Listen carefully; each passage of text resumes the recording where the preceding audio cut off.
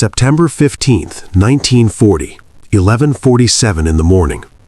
22,000 feet above the green fields and hedgerows of Kent. Pilot Officer Colin Gray has a German fighter perfectly framed in his gun sight. 400 yards, closing fast. The Messerschmitt Bf-109 hasn't seen him yet. The German pilot is focused forward, unaware that death is lining up behind him. Gray's thumb tightens. 3 seconds to kill range. 2. Then the German nose suddenly drops into a steep dive. Gray reacts instantly. He pushes the stick forward, commits to the chase, feels -G lift his body against the harness straps. And in that exact moment, his Rolls-Royce Merlin engine coughs once. Then it dies. The propeller keeps spinning, useless, driven only by the slipstream.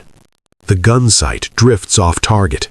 1,030 horsepower vanishes in an instant. Gray already knows why. Every RAF pilot knows why. The carburetor has flooded. For 2 seconds, maybe 3, his Spitfire is nothing more than a glider. Below him, the German pulls out of the dive and disappears into cloud. He doesn't even look back. He doesn't need to. He knows the British can't follow.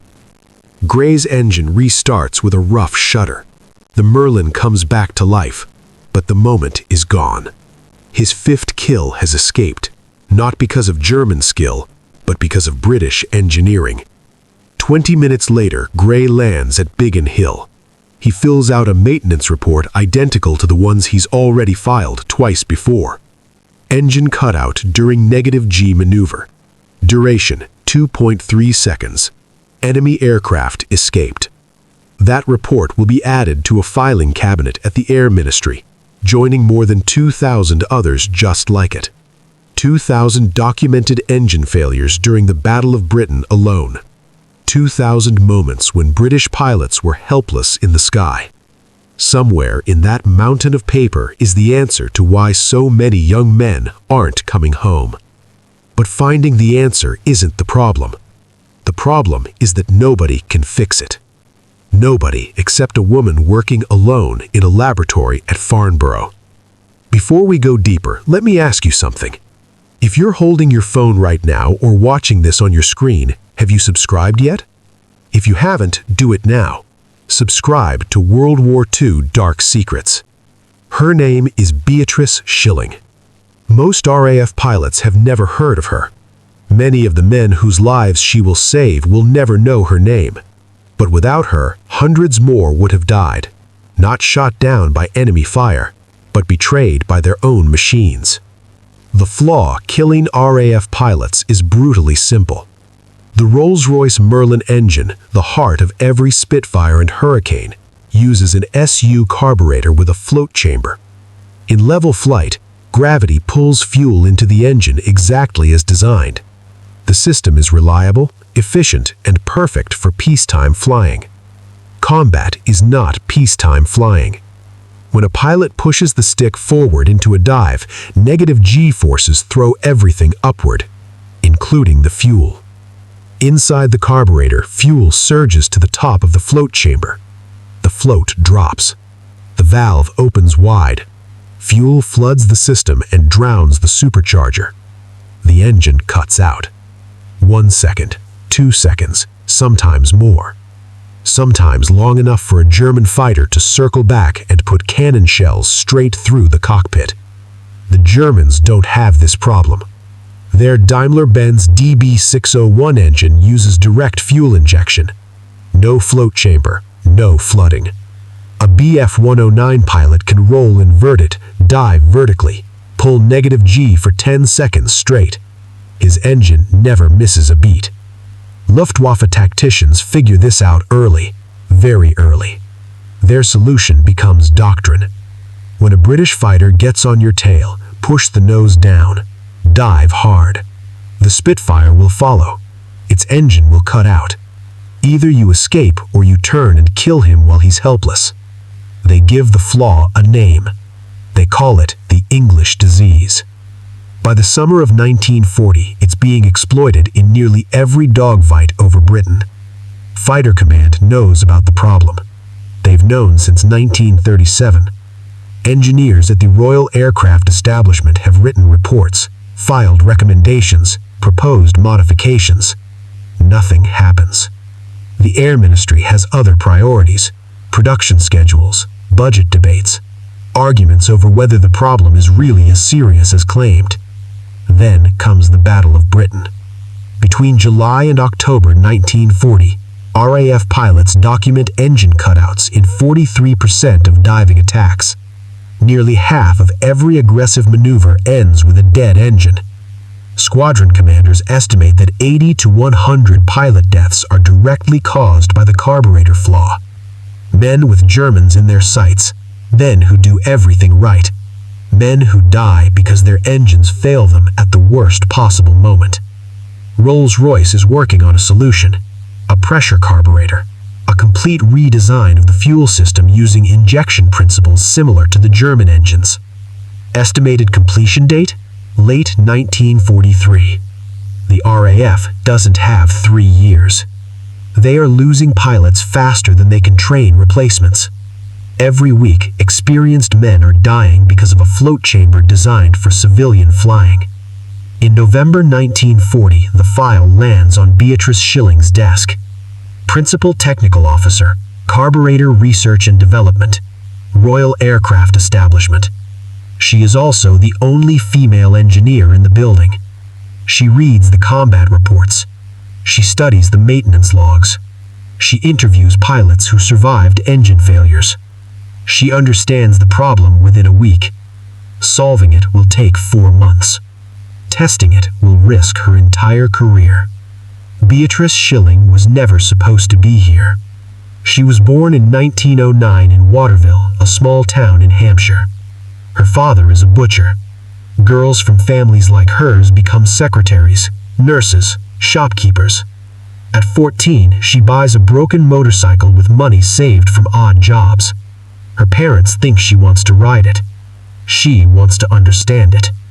She strips the engine down to its smallest components, learns what every part does, rebuilds it on her bedroom floor better than it was before. By 25, she's racing motorcycles at Brooklands, 106 miles per hour around concrete banking. She earns the British Motorcycle Racing Club Gold Star. Only 3 women in history ever do. Racing teaches her something textbooks never will: how engines behave under stress, how they fail, how to feel a problem before the gauges show it. Now she is the RAF's carburetor specialist, and their carburetors are killing pilots. The solution comes to her in January 1941. If the problem is too much fuel during -G, then restrict the fuel flow. Not shut it off, just restrict it. Enough to prevent flooding but still allow maximum power. A brass disc, a hole in the center. Install it in the fuel line before the carburetor. Size the hole precisely. Exactly enough fuel, nothing more. She machines the first prototype herself. Tested 17 different hole sizes. Ran simulations for 6 weeks. The optimal diameter? 40 thousandths of an inch. Bench tests are perfect. Engine cutouts dropped from seconds to fractions of a heartbeat. Too brief to matter in combat. But bench tests aren't combat. To prove it, she has to put it in a fighter. And that means breaking the rules. Unauthorized modifications on RAF aircraft are a court-martial offense. The Air Ministry requires months of testing, committees, certifications, paperwork that will outlive the pilots. Schilling has 6 brass restrictors, and a decision to make.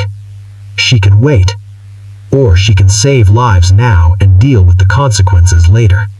On March 17, 1941, she loads her Norton motorcycle with tools and restrictors and rides 40 miles through the English countryside to RAF Biggin Hill.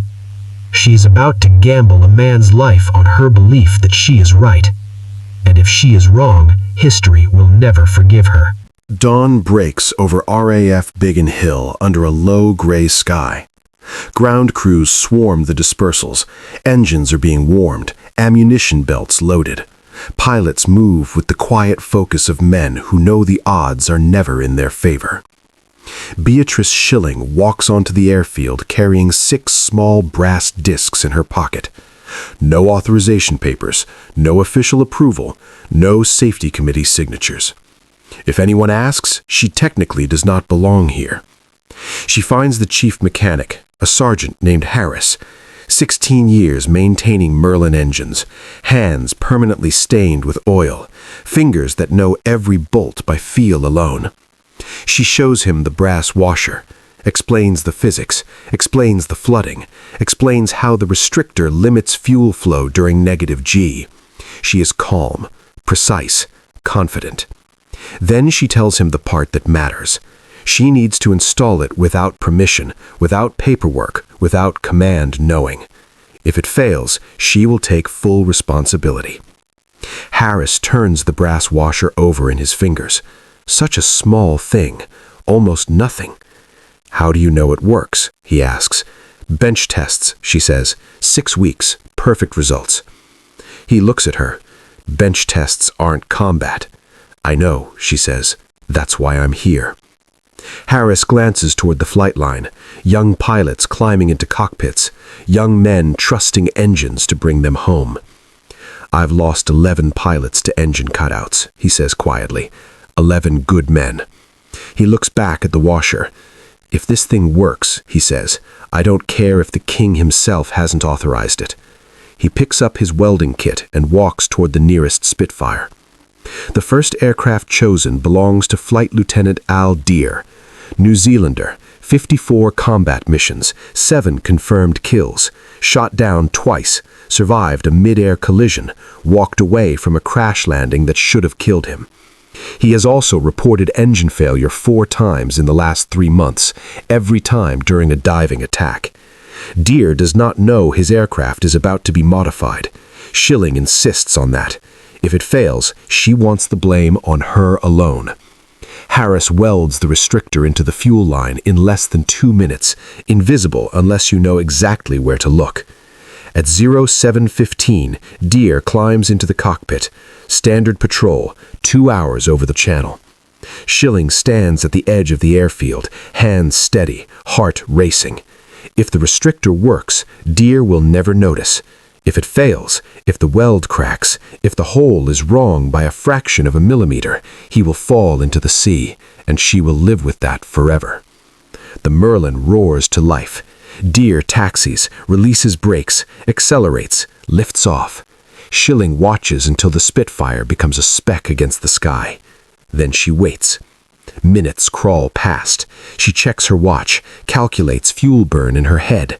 Ground crews move around her. The war continues as if nothing unusual is happening.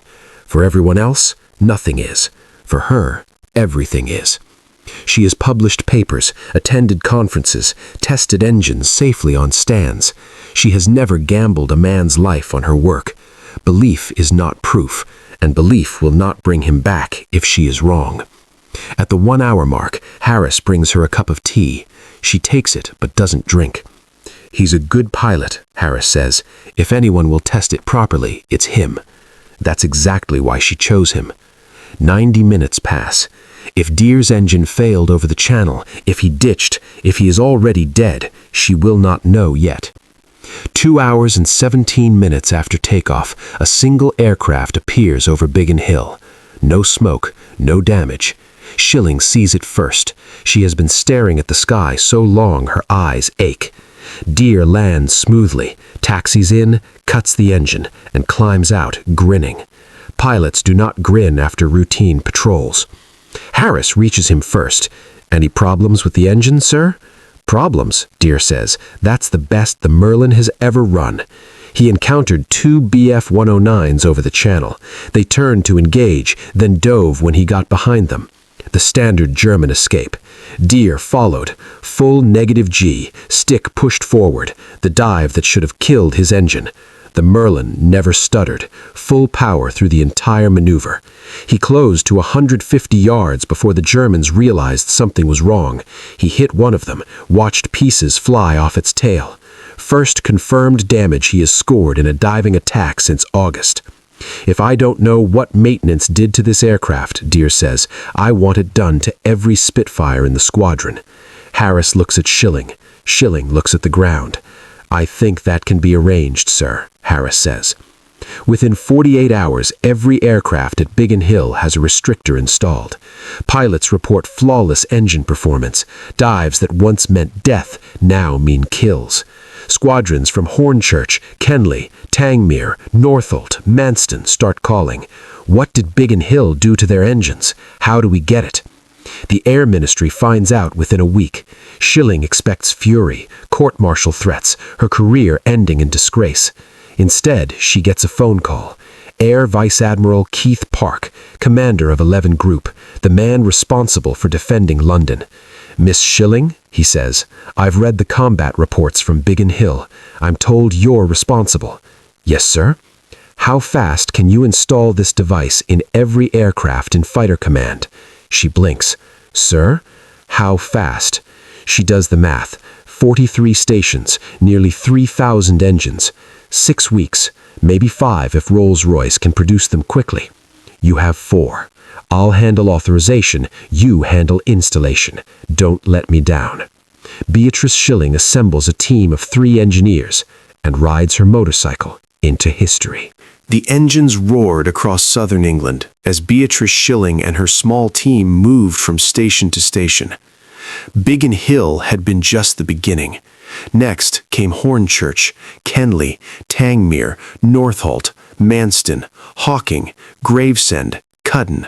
43 stations in total. 4 weeks of relentless work, no breaks. Rain soaked them. Occasional Luftwaffe bombs overhead reminded them why speed mattered. Schilling planned it like a military campaign. Frontline squadrons first, then work outward. She personally trained ground crews, demonstrated installation procedures, checked every weld, measured every hole diameter. Any restrictor that didn't meet her specs was discarded. At some stations, her presence was met with skepticism. A woman giving orders to seasoned mechanics seemed absurd.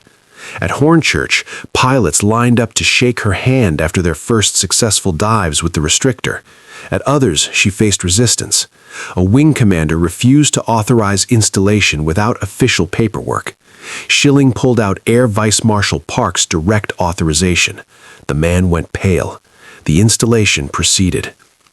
By April 20th, every Spitfire and Hurricane in Fighter Command had a restrictor fitted. 2,847 Merlin engines. 4 weeks of non-stop work. The device needed a name.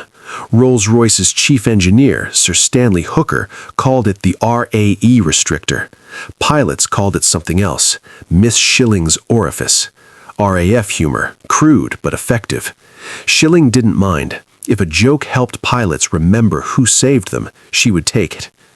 The results were immediate. Fighter Command tracked every engagement, every kill, every loss. March 1941, engine cutouts in 41% of diving attacks. Kill-to-loss ratio 1.4 to 1.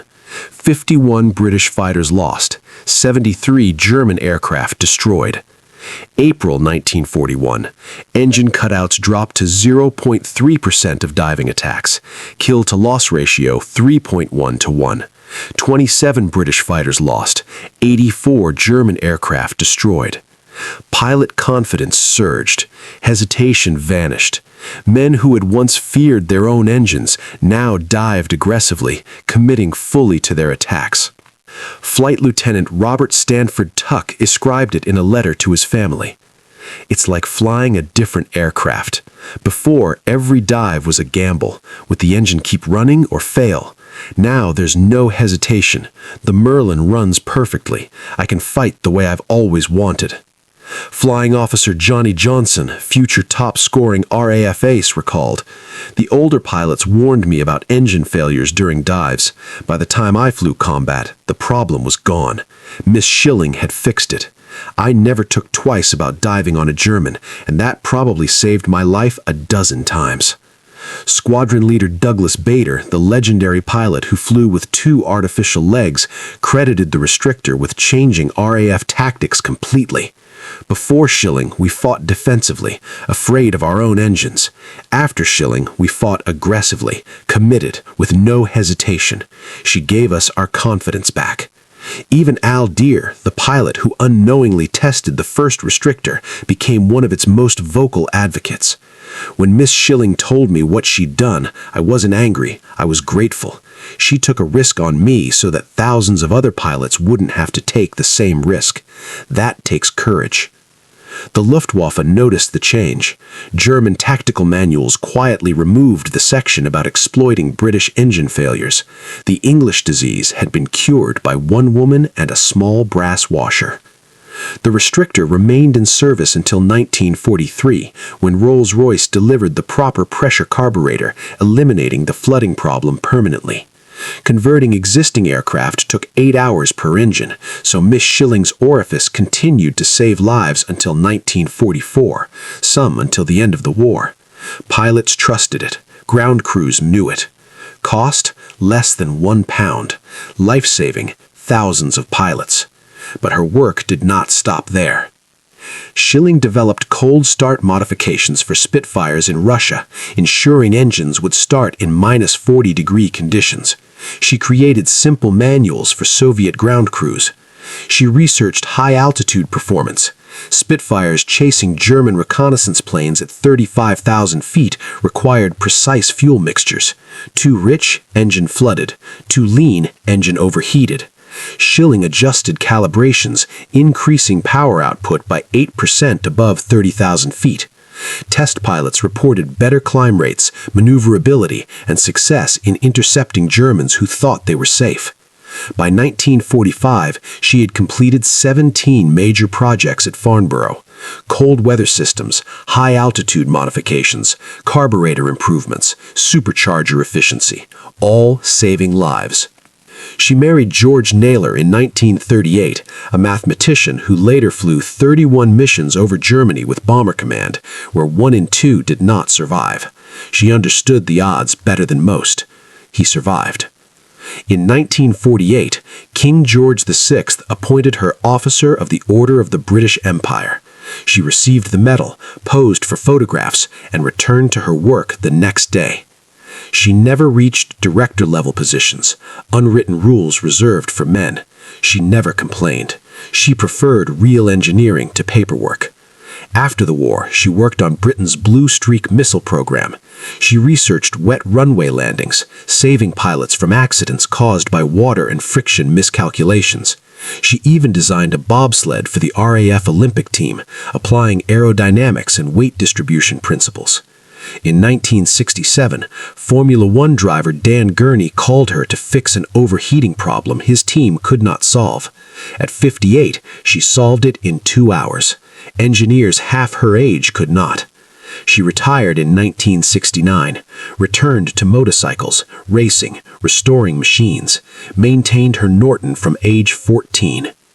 Beatrice Schilling died November 18, 1990, age 81. Obituaries focused on one thing, the brass washer, Miss Schilling's Orifice. Everything else, footnotes. A pub in Farnborough bears her name. Her racing trophies are displayed in the Brooklands Museum. Universities teach her work as a case study. Her legacy is simple: courage. In March 1941, she had a choice: wait for permission and paperwork while pilots died, or act immediately. She chose action. Risked career, reputation, possibly freedom.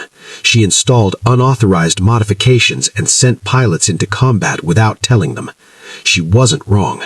Thousands of pilots returned home because of her. Thousands of families remained whole.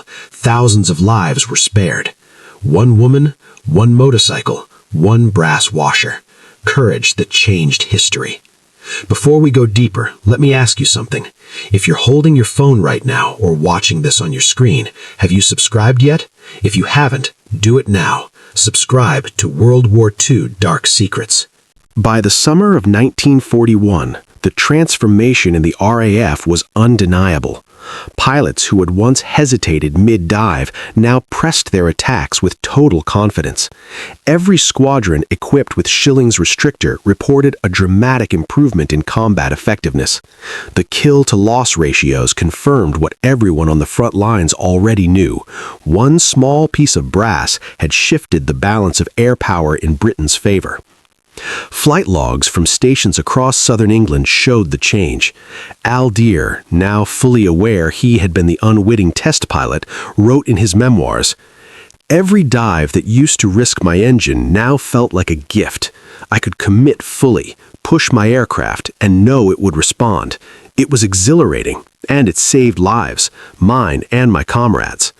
The Air Ministry, initially cautious and skeptical, became advocates. Air Vice Marshal Keith Park coordinated the rapid distribution of the restrictors to all operational Spitfires and Hurricanes.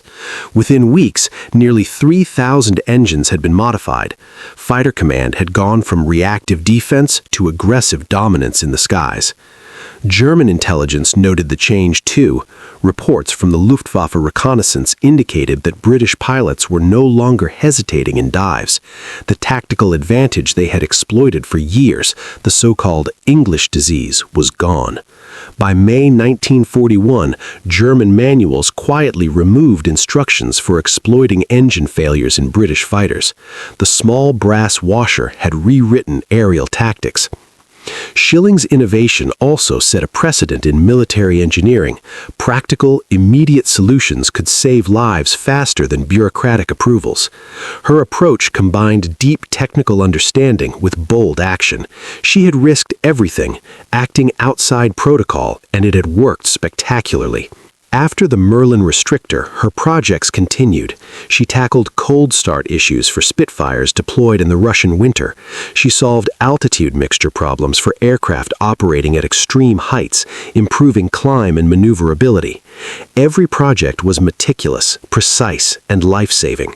By 1945, she had completed 17 major engineering solutions, each one improving pilot survival and operational effectiveness. Even in peacetime, her genius endured.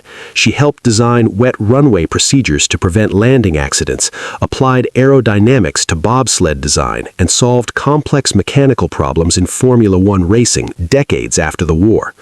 Her principles of physics and problem-solving remained the same. Understand the mechanics, identify the simplest solution, make it work. Beatrice Schilling's story is not just about engineering. It is about courage, decisiveness, and the power of one person to change history. She married George Naylor, a mathematician and bomber pilot who survived 31 missions over Germany, in part to the improved operational safety that her engineering mindset inspired. Her recognition came slowly. In 1948, King George VI appointed her Officer of the Order of the British Empire. She continued working on cutting-edge aviation problems until her retirement in 1969. She never sought fame, never demanded positions reserved for men, and never compromised on technical excellence.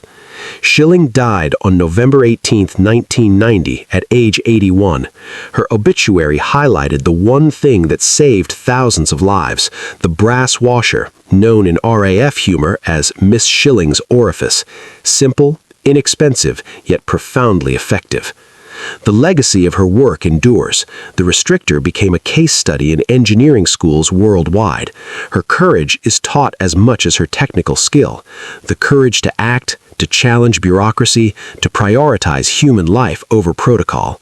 Every Spitfire that performed flawlessly in dives, every RAF pilot who returned home from the Battle of Britain owes a debt to her innovation.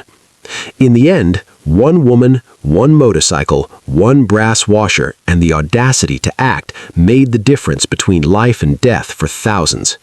Beatrice Schilling's story is a reminder that history is not only shaped by generals and politicians, but also by the engineers, the thinkers, the quiet problem solvers who refuse to accept defeat. Her innovations saved thousands, shifted aerial warfare, and changed the course of World War II. And yet, until recently, few knew her name. The Spitfires she helped save are long gone, but her principles endure. Courage, ingenuity, and the unyielding drive to solve problems when lives are at stake. The end.